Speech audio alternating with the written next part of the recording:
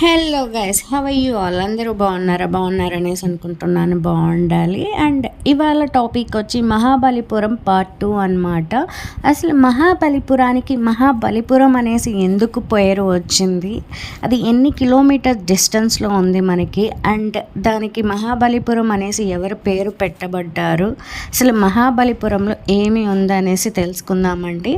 Actually Mahabalipuram అనేసి పేరు ఎందుకు వచ్చిందంటే బలిచక్రవర్తి గారు పరిపాలించారు 7వ శతాబ్దంలో. సో అందుకనేసి దానికి బలిపురం అనేసి వచ్చింది. దీన్ని మామల్లాపురం అని కూడా అంటారు.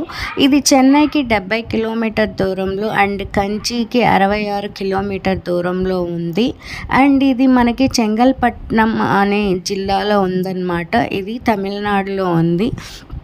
బేసిక్గా దీన్ని పల్లవ రాజులు పరిపాలించారనమాట. సో అక్కడ అంతా కూడా రాతి బండలు అవి ఇవి ఉండడంతో ఆ రాతి బండలన్నిటినీ కూడా శిలల రూపంలో గుడిల రూపంలో చెక్కించి సో అక్కడ వాళ్ళు పరిపాలించారనమాట.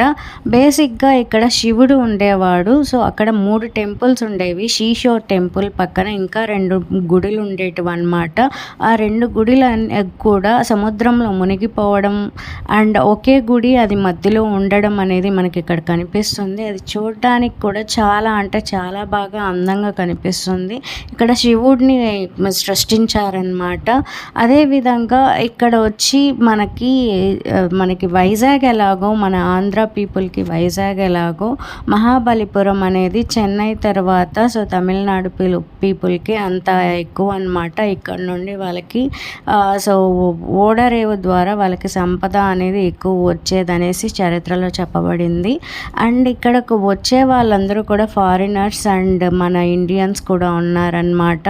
ఇక్కడ చాలా హిస్టారికల్గా శిల్పాలు అన్నీ చెక్కడం అది ఎంత మంచిగా చెక్కారంటే అంత బాగా చెక్కున్నారు. సో ఇంత పెద్ద బండరాలని ఇంత ఇదిగా చెక్కి పరిపాలించారు అంటే చాలా సూపర్ అండి. ఇప్పట్లో మనం ఏదైనా మన ఇంటికి ఏదైనా చేయించాలంటే దాన్ని చెక్కించడానికి ఎంత అమౌంట్ అడుగుతున్నారో మనందరికీ తెలిసిందే.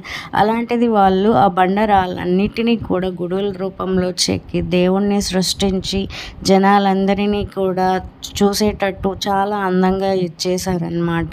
సో మీకు గనక ఈ వీడియో నచ్చితే please like, share and subscribe to my channel అండి. అదేవిధంగా నేను బిగ్ బాస్ వీడియోస్ చేయాలి అనుకుంటున్నాను, రివ్యూస్ ఇవ్వాలనుకుంటున్నాను. అందరు రివ్యూస్ లాగా కాకుండా కొంచెం డిఫరెంట్గా ఇవ్వాలనుకుంటున్నాను. సో డిఫరెంట్గా ఎలా ఇవ్వాలి ఏంటి అనేది మీరు కొంచెం నాకు సజెస్ట్ చేస్తే దాని ద్వారా నేను ఇస్తానన్నమాట.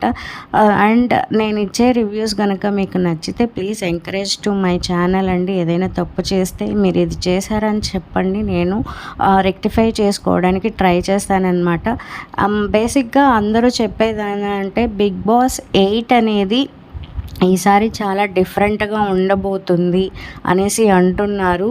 అది అందరికీ తెలిసిన విషయమే. సో బిగ్ బాస్ 7 అనేది ఎంత సూపర్ హిట్ అయిందో మనందరికీ తెలుసు. వై? బికాస్ అందులో అన్ని ఫైట్స్ ఉన్నాయి కాబట్టి, అంత ఎంటర్టైన్మెంట్ ఉన్నింది కాబట్టి సో అందరూ కూడా బిగ్ బాస్ 7ని సూపర్ హిట్ చేశారు.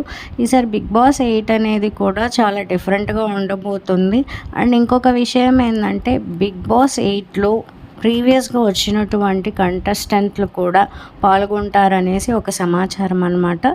So please like, share and subscribe to my channel అండి.